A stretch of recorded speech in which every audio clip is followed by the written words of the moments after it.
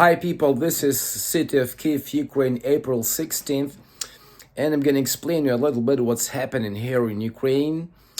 After living through more than 1 year of war and a full-scale Russian invasion, Ukraine has changed profoundly. Not all people here in Ukraine are able and ready to admit this profound change. It's hard to accept changes even when you're living under peaceful times. And during the war, when you have changes each day inside the country, inside your family, in your city, in your village, it's even harder for some people.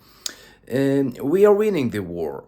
We're having new supplies of NATO weapons, including tanks and armored vehicles and howitzers, or all kinds of artillery that we deploy to the eastern and southern operational zones. Also, we get activity in the north, where the Russian army is also present from Belarus, a pro-Russian country so far. It's been like this for probably 6 months, when we are doing really great job on the front lines, but domestic situation in terms of economy and social conditions of life, it's like deteriorating to the degree where we're having like almost 50% of unemployment, huge inflation, which is like 30 to 50% depending on what kind of products you're buying. Like beer, a bottle of beer, 1 liter bottle of beer used to cost in Kiev €1. Now it costs €1.50. That's like 50% inflation. The big mistake Ukrainians are doing here is that they still try to resurrect the past, Ukraine from the past. And even what they, on their social media accounts, they would mention the jobs they were having before war. But now most of these companies that Ukrainians were employed at are defunct or bankrupt or are in an official or unofficial insolvency. That's why like half of Ukrainian pre-war economy is now dead. Half of the Ukrainian private corporate sector is now dead. Not in terms of like people died there, in terms of like their business activity and commercial operations. So now we're building a new country, new Ukraine, new, better, healthier democracy, better and healthier economy. We'll be focusing on developing our army, our military, because we want to be engaged in the NATO operations, and we also want to be in the European Union's defense bloc and defense policies. We want to be counted on, we want to be trusted too.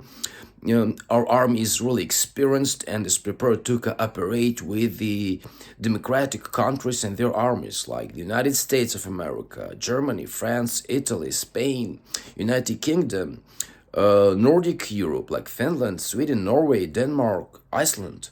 We are prepared to cooperate with all of these great armies of these great nations.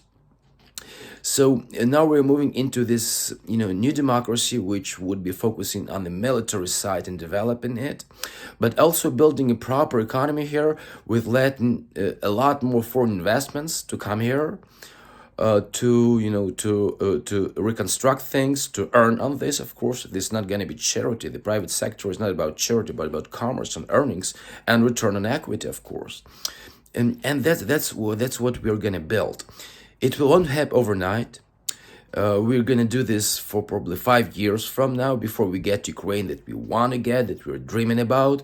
But we're going to be doing this, and we feel happy about this. We feel happy about the chance to build a new Ukraine, which will be a comfortable environment for us, our families, our children, with better education, better economy, better democracy, widespread intellectual culture. That's what we are fighting for, the front lines, because we really want to have a strong country which will be protected militarily, politically, economically, culturally. Glory to Ukraine!